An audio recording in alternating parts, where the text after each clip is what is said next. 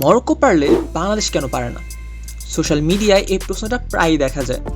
অনেকেই মনে করেন ইউরোপে থাকা অরিজিন ফুটবলারদের নিয়ে বাংলাদেশও খুব সহজেই বিশ্বকাপে খেলতে পারবে, কিন্তু বাস্তবতা কি সত্যিই এত সহজ? বাংলাদেশ কি চাইলেই মরক্কোর মতো হতে পারবে, নাকি এই দেশের সাফল্যের পেছনে এমন কিছু কারণ আছে যা বাংলাদেশের সঙ্গে সরাসরি তুলনা করা যায় না? চলুন আজকের ভিডিওতে তথ্য আর বাস্তবতার আলোকে পুরো বিষয়টি বিশ্লেষণ করি। গত কয়েক বছরে বিশ্ব ফুটবলের সবচেয়ে বড় অনুপ্রেরণার গল্পগুলোর একটি হলো মরক্কো। 2022 কাতার বিশ্বকাপে ইতিহাস গড়ে প্রথম আফ্রিকান এবং আরব দেশ হিসেবে সেমিফাইনালে পৌঁছে যায় দলটি। এরপরও তাদের উন্নতির ধারা থেমে থাকেনি। ফিফা র্যাঙ্কিংয়ের সেরা 10-এ জায়গা করে নিয়েছে, বয়সভিত্তিক দলগুলো নিয়মিত আন্তর্জাতিক শিরোপা জিতছে, আর আফ্রিকার অন্যতম শক্তিশালী ফুটবল জাতিতে পরিণত হয়েছে। এই সাফল্য কোনো অলৌকিক ঘটনা নয়, এর পেছনে রয়েছে দীর্ঘমেয়াদী পরিকল্পনা, বিপুল বিনিয়োগ এবং দক্ষ বাস্তবায়ন। মরক্কোর ফিফা র্যাঙ্কিংয়ের উন্নতিটাও দেখুন। 2015 সালে তাদের অবস্থান ছিল 75 নম্বরে, 2018 সালে তারা উঠে আসে 40 নম্বরে, 2022 বিশ্বকাপের পর তাদের ফিফা র্যাঙ্কিং পৌঁছে যায় 11 নম্বরে।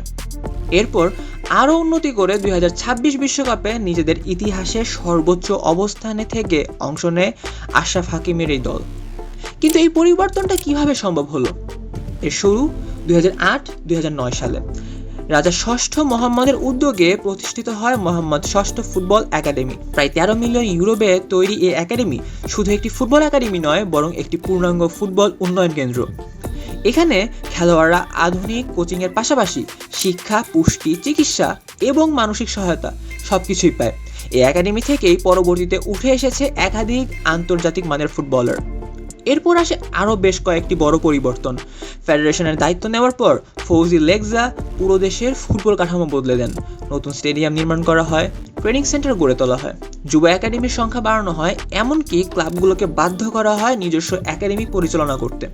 অর্থাৎ তারা শুধু অরিজিন খেলোয়াড়দের উপর নির্ভর করেনি, দেশের ভেতরেও শক্তিশালী ফুটবল ভিত্তি তৈরি করেছে। আর সেই ভিত্তির সঙ্গে যুক্ত হয়েছে ইউরোপে বেড়ে ওঠা মরক্কান বংশোদ্ভূত ফুটবলাররা। এই দুয়ের সমন্বয়ই আজকের এই মরক্কো। এখন আসি বাংলাদেশের কথায়। এখানেই সবচেয়ে বড় পার্থক্য। বাংলাদেশে এখনও শক্তিশালী ফুটবল কাঠামো গড়ে ওঠেনি, দীর্ঘমেয়াদী পরিকল্পনার ঘাটতি তো রয়েছেই।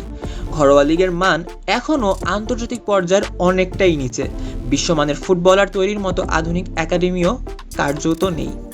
ফলে দেশীয় প্রতিভা গড়ে ওঠার পথটাই বেশ দুর্বল। অনেকে মনে করেন ইউরোপে থাকা অরিজিন ফুটবলারদের নিয়েই সব সমস্যার সমাধান হয়ে যাবে, কিন্তু বাস্তবতা ভিন্ন। বাংলাদেশি বংশোদ্ভূত হাই প্রোফাইল ফুটবলারের সংখ্যা মরক্কো বা কেপ ভার্দের তুলনায় খুবই কম। বিশ্বের সবচেয়ে বেশি হাই প্রোফাইল অরিজিন ফুটবলার রয়েছে মরক্কোর, অথচ বাংলাদেশের ক্ষেত্রে এমন খেলোয়াড়ের সংখ্যা হাতে গোনা। সবচেয়ে বড় বিষয় হলো কুইন বা কাভানের মতো সম্ভাব্য তারকা অরিজিন ফুটবলারদের কাছেও বাংলাদেশ এখনও প্রথম পছন্দ হয়ে উঠতে পারেনি।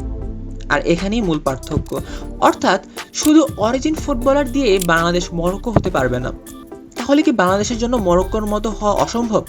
না, অসম্ভব নয়। তবে তার জন্য আগে প্রয়োজন শক্তিশালী ফুটবল কাঠামো, উন্নত একাডেমি, দীর্ঘমেয়াদী পরিকল্পনা, দক্ষ প্রশাসন এবং নিয়মিত প্রতিভা তৈরির পরিবেশ। যেদিন বাংলাদেশ এই ভিত্তিটা তৈরি করতে পারবে, সেদিন অরিজিন ফুটবলার এবং দেশীয় ফুটবলারদের সমন্বয়ে গড়ে উঠবে একটি সত্যিকারের শক্তিশালী জাতীয় দল। মরক্কোর গল্প আমাদের শেখায় সাফল্য শুধু অরিজিন ফুটবলার দিয়ে আসে না।